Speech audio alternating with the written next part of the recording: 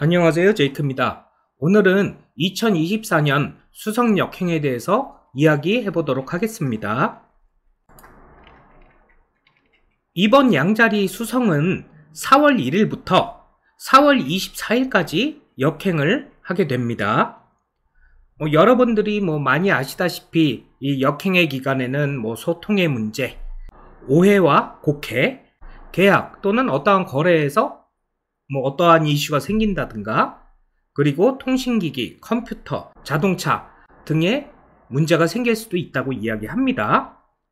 그래서 어떠한 중요한 이슈로 타인과 소통을 하게 된다면은 나의 의견을 굉장히 정확하게, 그리고 상대방이 잘 알아들을 수 있도록 표현하는 게 굉장히 중요할 듯 하고요. 나 역시 상대방 이야기를 오해하거나 곡해하지 않도록 주의를 기울일 필요가 있을 듯 합니다.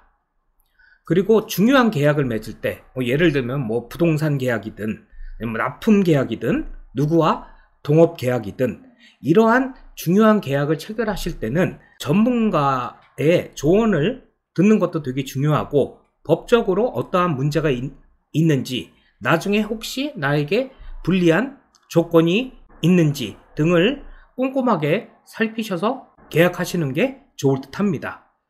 그리고 이 기간에는 통신기계나 컴퓨터나 자동차 등등의 기기를 구입하기는 좋은 시기는 아닙니다. 그런데 이 기간에 컴퓨터 바이러스를 제거하거나 파일을 정리한다든가 이런 거 하기엔 되게 좋고요. 핸드폰 역시 쓸데없는 데이터, 파일 등등을 정리해서 복구하는 것도 되게 좋고, 자동차 역시 이 기간에 정비소에 가서 엔진 오일도 한번 점검해보고 에어컨 필터도 점검해보고 이렇게 하시는 거는 굉장히 좋을 수 있습니다. 수성 역행 기간에는요, 나의 생각을 정리하고 이전에 마무리하지 못했던 숙제, 공부, 책 읽기 등을 하기에는 굉장히 좋습니다. 특히 내가 어떠한 이슈에 대해서 생각이 정리가 안 되고 복잡하고 이러저러한 고민이 있는 문제가 있다 그러면은 이 기간 내에 그러한 생각들을 정리하고 정돈하기에 좋을 수 있습니다. 예로 점성학 공부를 하였다가 중단하신 분들이 계신다면은 이 기간에 점성학 공부를 다시 시작해보는 것도 좋을 수 있고요. 특히 이번 수성은 양자리이기 때문에 무엇인가 다시 시작하는 거, 다시 도전해보는 거 괜찮을 수 있다고 생각합니다. 물론 저의 개인적인 생각입니다. 그리고 좀 더 우리가 이거를 응용해 보자면은, 나의 차트에서 어떠한 하우스 경계선이 양자리 사인인지를 한번 살펴보시고 그 하우스의 영역의 이슈를 다시 한번 고려해보고 다시 시작해보는 것도 좋을 수 있습니다. 예를 들면 7번째 하우스 사인이 양자리다 그러면은 내가 바빠서 또는 관계에 대한 안 좋은 기억이 있어서 관계를 중단하고 있었다 그러면은 관계를 다시 적극적으로 시작해보는 것도 좋을 수 있고요.